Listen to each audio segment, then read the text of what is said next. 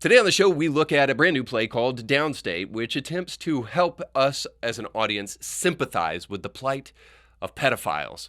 Was it really asking us to sympathize, or is it trying to normalize a sexually deviant behavior so that we get to the place finally where the slippery slope becomes a reality and we find ourselves in a reality where people are saying that they have a sexual identity that prefers children? Well, we'll talk about that and more today on Indie Thinker.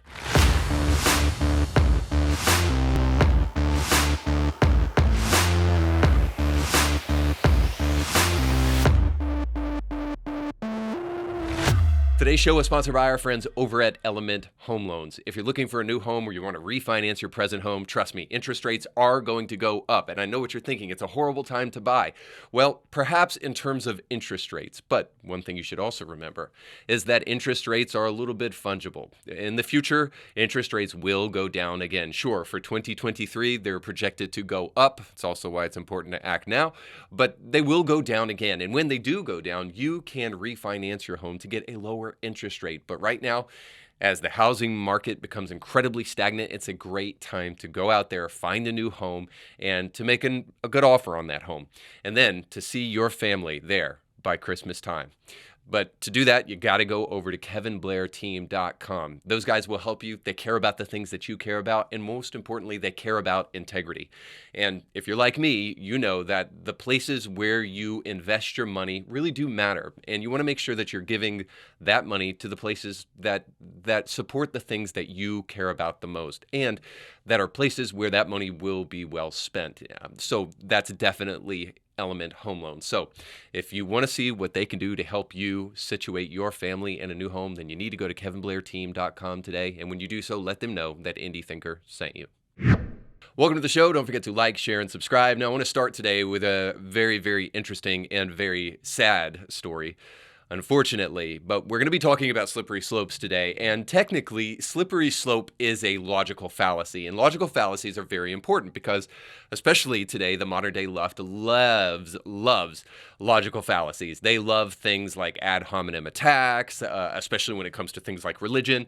If you bring up scripture or the Bible, or you want to suggest perhaps that nature has an origin, nature versus nurture, that kind of thing, that you're nurtured by society, sure, but where does nature come from?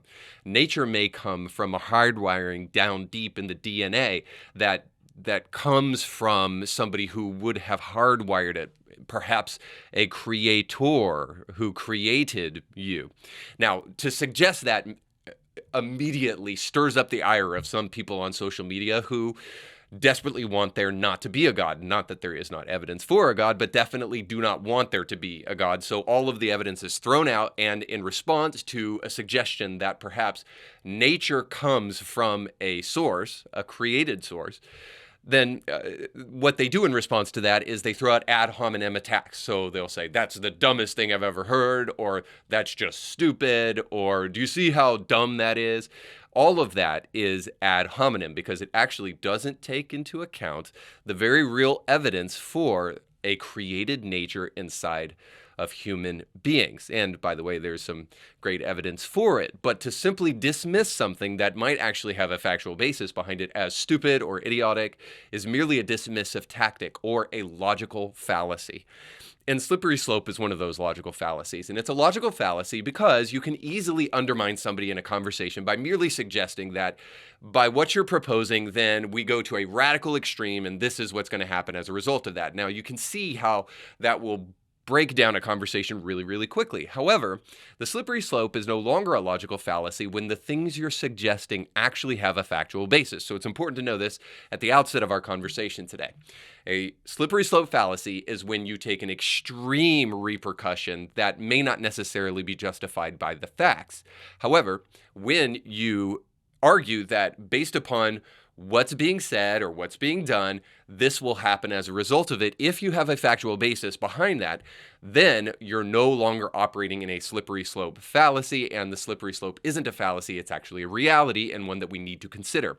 So I say that because just recently, a new stage play was released for the public to see called Downstate. And Downstate is a heartwarming, that's a lie, by the way, drama about ex-pedophiles, and it's an attempt to try to get us to sympathize with their plight after they've been re-released back into society.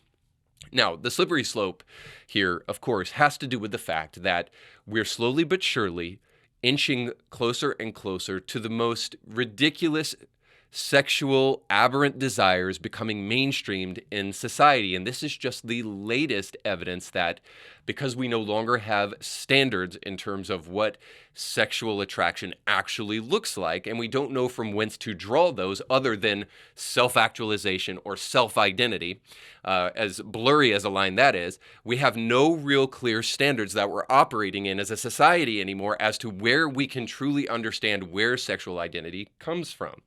So I want to start, before I dig into the play, with just a brief anecdote.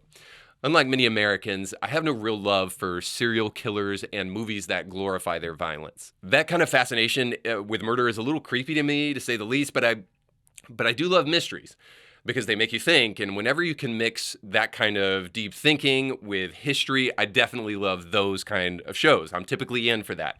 That's why I really enjoyed the series Mindhunter, which is on Netflix. It's a true story. It's about how the FBI began to somewhat silly and seemingly haphazardly practice criminal profiling of mass murderers and serial killers. The most unfortunate part of the show, to be honest, is the deeply annoying gay relationship with the female lead. Thanks to Skip, I can go right past that inane ridiculousness and I can skip that propaganda and go right to the good stuff. So while that is undeniably the dumbest part of the show, it does do a good job, though, of highlighting the fact that that relationship is built upon being more divergent than actually what a real relationship is supposed to be built upon, and it shows the breakdown of that relationship as a result of it. So status quo breaking is not really what relationships are about, because relationships are built upon covenant and not emotions, and certainly not activism. But I digress. In the process of showing the flaws behind those kind of relationships, we become aware of something that happened during the time that the FBI was developing this program. And that is that homosexuality was recently taken off the DSM in the timeline of the show. And this happened literally in the 1970s. In 1973, homosexuality was literally taken off the DSM as a mental illness.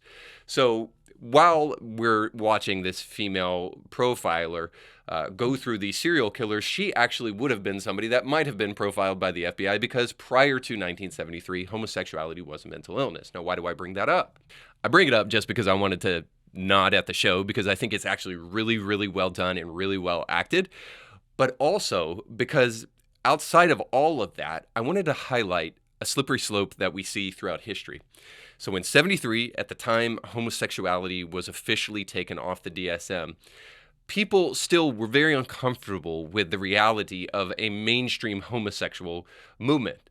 But the cry, as we all know, to normalize that behavior, and the cry to leave two consenting adults in the privacy of their own bedroom just to leave them alone, quickly won out. Now, fast forward not so far into the future, and now we were once talking about the right to do what you want into the privacy of your own bedroom, and now we're debating whether or not children should be exposed to drag queen story hour and burlesque shows in the cities in which they live, and even in the public school system. We're not only being asked to redefine English language with the pronoun movement for a minority group of people, but we're also being demoralized in the process, because we're also being told that you have to believe, unless you want to be a bigot, that women have penises and that men can get pregnant. In one way, I'm glad we have to defend the existence of normal while the world descends into madness, because it's a reminder to us that normal does actually exist, and that some of life's most basic truths aren't something that can be taken for granted. We need to understand them, because the slippery slope does exist, and we can slippery slope all the way into an alternate universe where up is down and down is up. And it sure seems like we're in it today, especially when it comes to the play that I mentioned before. Because according to the Washington Post and to Peter Marks, who wrote this deeply troubling article, he believes that Downstate is, quote, a brilliant play. And this brilliant play about convicted pedophiles is something that we definitely need to add to our social consciousness. Now, for the charitable among us, you might think this play may be called brilliant in that it exposes the disgusting existence of pedophiles and the lives that they have chosen to live. While it is important that I appreciate your compassion and your good nature in trying to think the best, your naivete is unfortunate, because this review is actually an attempt not to expose pedophiles or to help you share the deep pain of the victims of these pedophiles and the families who are left in the aftermath to try to deal with these things. Rather, this play written by Bruce Norris is an attempt to sympathize with the sick souls who wish to exploit children sexually, and as a result, normalize this disgusting behavior. So the article goes on and says this, because I think it's worth noting. Quote, take a deep breath. Try to ruminate calmly on the position playwright Bruce Norris takes in his scintillating new play, Downstate. Yes, very scintillating. That the punishments inflicted upon some pedophiles are so harsh and unrelenting as to be inhumane. Well, because you see, the reason you have such an emotional reaction to these pedophiles and you can't sympathize with the punishments that they've gone through is because you're just super irrational. It's not because pedophilia is one of the grossest evils inflicted upon a person. It's not because a child may never actually recover from the evil act perpetrated upon them. It's not because the parents of the child are left to wonder how to help their child overcome suicidal thoughts, something they never thought they would do when they decided to have kids. See, you're the problem. Here's a suggestion, Bruce. In order to compensate for the pain convicted pedophiles have to go through after they've abused small, innocent, naive, unconsentable victims, I suggest something simple, that we double down on their punishment that they've had to endure. Rather than them suffer the inhumane treatment of entering into regular society, I suggest that we take these monsters and we make sure that they never have to worry about entering into regular society or entering into the system that may marginalize them. So I suggest that we just implement a mandatory death penalty or a mandatory life sentence for people who sexually abuse children. Now, let me be careful, because outside of the very rare exception of the senior in high school who slept with the sophomore or something like that, the sick individuals who rape children deserve everything they get and more. In fact, they perhaps could even be punished more than what they presently have. What we do to them now should be considered mercy. The goal of rehabilitation is far too charitable for most of these people, and quite frankly, most of these people never recover from their sick fixation with children. But it doesn't stop the writer of this article to go on and say, it's almost impossible to broad brush the perspective at the heart of this impeccably acted drama without sounding as if one is advocating some extraordinary level of consideration for individuals who have committed unspeakable crimes. Well, the reason you can't broad brush this much and not make it look like a sycophantic suck-up to pedophiles is because at the heart of this drama is an extraordinary level of consideration for people who commit unspeakable crimes. This is the kind of consideration that we should never give to Hitler or to Stalin, and we would never argue that we should. When was the last time you saw a sympathetic play or movie for Hitler? He's just misunderstood and marginalized, you know? You know why you don't see that? Because some people are just too gross and immoral that human sympathy for their crimes is in itself an injustice. I mean, Kanye just got done claiming that he is so compassionate and uniquely so that he loves Hitler because he's such a kind person, and he got some rightly deserved flack for suggesting such a ridiculous thing. When will we see that we are not more compassionate than God? And if he rightly condemns the person who would harm a single hair on a small child, because he does so in the Bible, by the way, then maybe we too should follow suit. Everything else is just a snobbish attempt to try to pat yourself on the back and to sound as though you're more thoughtful than everybody else, when actually what you're doing is just obscene. And this is exactly what's going on in this play. The article goes on and it says, quote, Norris, who won a Pulitzer Prize for Clybourne Park, a bracingly funny play about race and gentrification inspired by A Raisin in the Sun, goes here for another societal jugular. And his provocative efforts result in one of the best theater evenings of the year, I bet. Quote, he's loaded the dice to some degree in Downstate, as the predators who've completed their prison terms are depicted not as monsters, but rather as complicated, troubled souls. See there, folks? These evil people, they're not really evil. It's complicated. These pedophiles, they're an enigma, wrapped in an enigma. They're just so hard to understand. Or, and there's a big or the fact that people and their stories can be complicated, and that in no way changes the act that these criminals have undertaken, and that no good deed done after the fact by these people will ever undermine the gross nature of the evil act that they committed by raping and mistreating children. So let's bring up our friend Kanye again to kind of illustrate this even better, talking about his good friend, the person that he loves deeply, Hitler. And so here's a clip just recently of Kanye on InfoWars giving the most ridiculous defense of Hitler you've probably ever seen in your life. So here's that. Well, that's right. You're not Hitler. You're not a Nazi. You don't deserve to be called that and demonized. Well, I see good things about Hitler also. I love everyone, and Jewish people are not going to tell me you can love, us,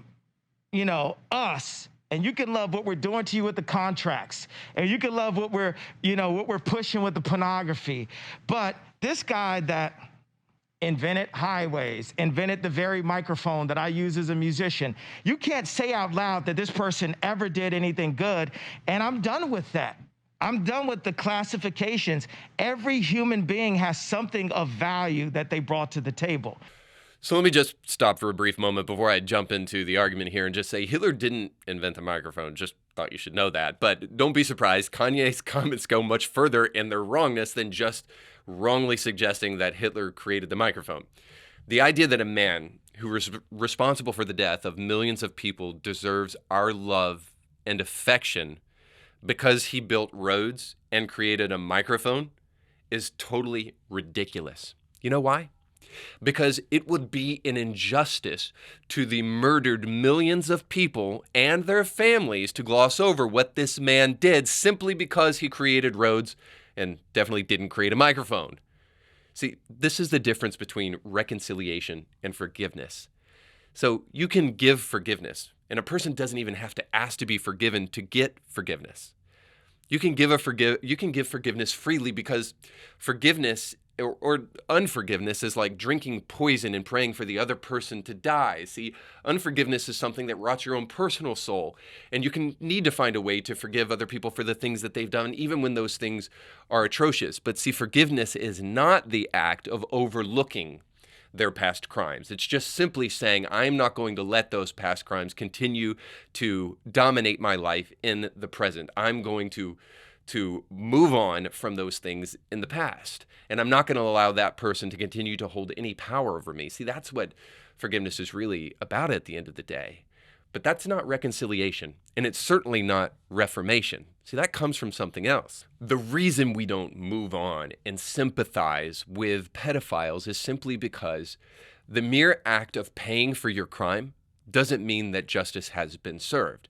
So this is why we desperately need Christianity in the present to help us with some of these things. And I say that to those of you who are even non-Christians, because we don't have this kind of conceptualization with any other kind of philosophy in the present. We don't understand that there is a deep distance and a deep chasm between forgiveness and reconciliation and reformation. See, just because you paid the penalty for your crime doesn't mean all of a sudden that we should sympathize with the plight of pedophiles coming out of prison. What we want more than anything is we want justice so that there can be not only an adequate amount of forgiveness, but also the right kind of reformation in the individual souls that will help us truly be able to sympathize with that individual. Until that individual understands the weight of their crime, they understand what they've done, and they fully repented of that crime, they will never truly be deserving recipients of sympathy.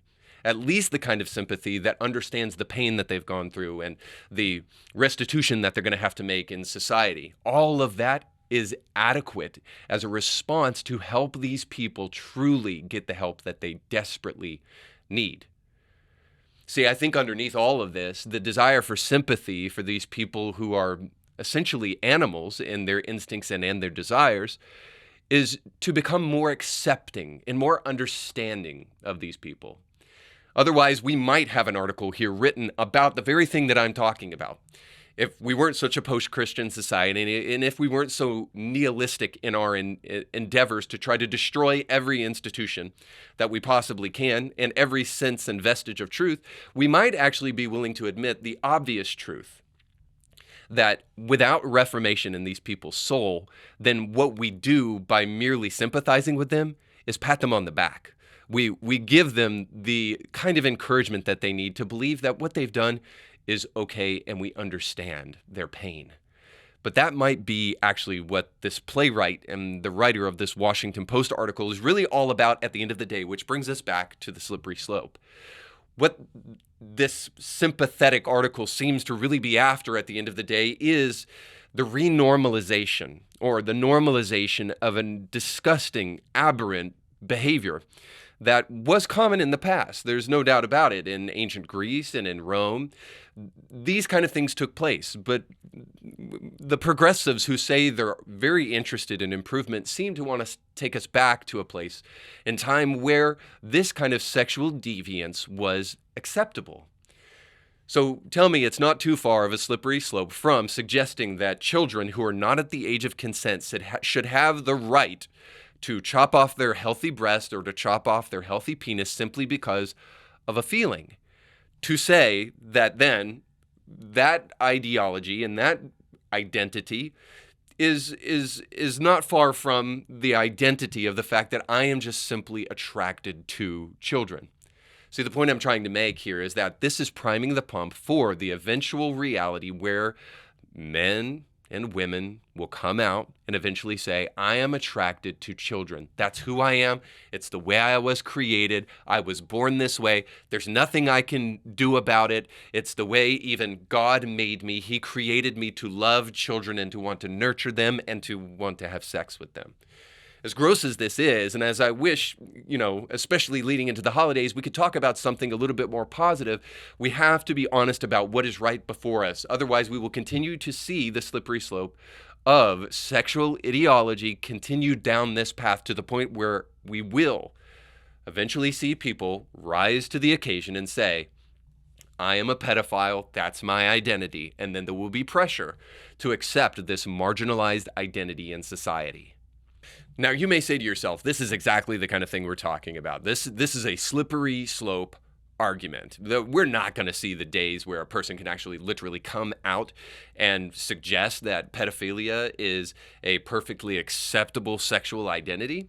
Well, I hate to admit it, but we've actually already seen those days, and they were some years past. Now, is it widespread? No, but it perhaps will be. But you should know that a fantastic documentary, one that is a little dark, I'll admit, but something that you should potentially see so that you can have your eyes very wide open, is the documentary An Open Secret. And in it, it details how families were willing to sell their souls so that their children could become famous actors. And these families allowed their kids to go overnight with their agents and go have parties at these big, extravagant Hollywood homes.